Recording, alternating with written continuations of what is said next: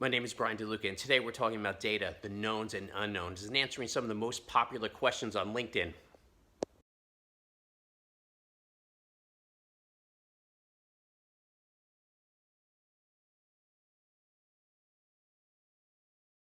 So here's one thing I was thinking about, and this was simple data. So I came across a LinkedIn post in one of the content marketing groups, and somebody was asking about simple data versus, are there other things that you should be thinking about, instead of just the stats and the reporting that you can pull. So, I mean, what I interpreted that as is, aside from my website traffic and keyword stuff and, what else is there, and conversions and the traditional stuff, what else should I be looking at? And what doesn't that tell you? Like, what's missing? It's like the phantom data. We were talking about phantom roots in my tooth yesterday, so I like that. Phantom, phantom data. Phantom roots.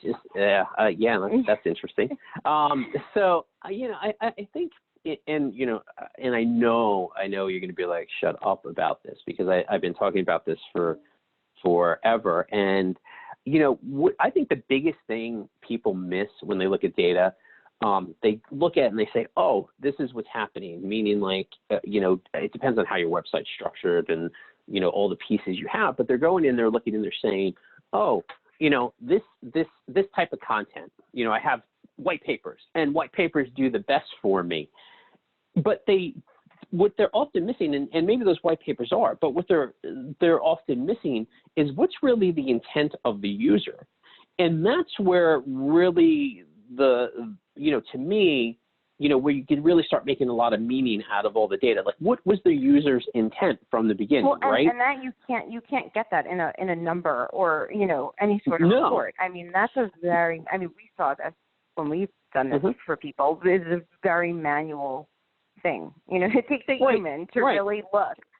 Right, and it also takes a human that really understands. Like, a lot of people you see over the last few years, people like, need a data scientist to tell me what's going on, and that's great, right? Because data scientists, they provide a lot of insight, and they're really good at crunching the numbers and going, okay, if I do this, it converts to this, or if I do this, I could create. But the problem is, it's not really it's not what they miss sometimes. And this is why they need to work with people that are actually really ingrained in the content process, is they miss what's the intent. So if a user was searching for something, right? They were searching for something, and and they were looking up how something works, let's say. Maybe it's how, to operate a piece of machinery. And for some reason, the thing that indexes the best on your site is a case study that shows this piece of machinery being used by a company. It doesn't necessarily show them how to operate it, where maybe they were actually really looking for, a manual on how this piece of machinery operates. So what happens is sometimes the intent is not necessary with the piece. And if you were just looking at that from a pure perspective of this is a case study, right? That this is how this is being used. What happens is you go, wow, case studies work really well. But if all those users' intent were like, well, how do I make this piece of machinery work?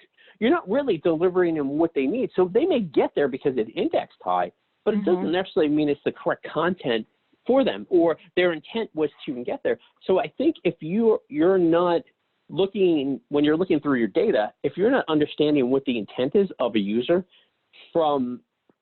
if you're not looking at through those glasses, right, or through those eyes, what happens is you miss a lot of it, and then you have people saying, "Oh, let's just create more white papers." And that's not necessarily what you need to do. And that pisses people off. I mean, talk about a bad user experience. How many times that happens to me all the time? I think I'm going to get the information I need, and then I get there, and I'm like, "What the hell is this?" It's not what I wanted. I mean, well, right, and then one of two things happen, and we hear this all the time. Well, people only stay on my site for 3 seconds. Yeah, guess why? Because maybe you indexed really high on this, but it wasn't what the user actually searched for. So what's the user really looking for? And then, or they go, oh yeah, well, my site gets 80 million page views and I only got 4 pieces of content. Well, that's because it takes them 5 or 6 clicks. Do you know what I mean? To get to the actual piece of content they have. Now, if you look at every experience out there, right, the whole goal is to always point the user at the closest piece of content they were actually looking for. So if you think about it from a search perspective, that's what the search engines are trying to do. And, like we said, they're not always accurate because things sometimes rank higher than others. And, but that's the goal of it. And even if you push out your own newsletter, you always point at that piece of content. So the goal is to drive someone from, your newsletter to a specific piece of content with the intent of this is what they're looking for, right? Or if they're interested, they'll click on it. So what happens is, you really need to focus on how people are getting and what they're looking for or how they're getting there to the specific piece of content versus what sometimes the piece of content is. I think that's the biggest thing that people miss. It's really simple, but we see so many companies and high-level companies with tons of content missing that all the time, that simple practice.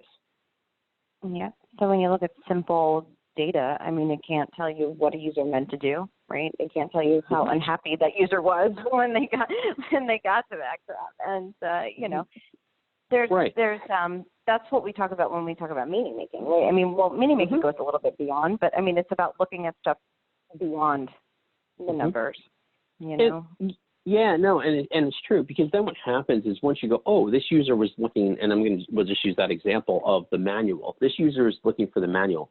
Well, what type of user would be looking for a manual? It would be that machine operator.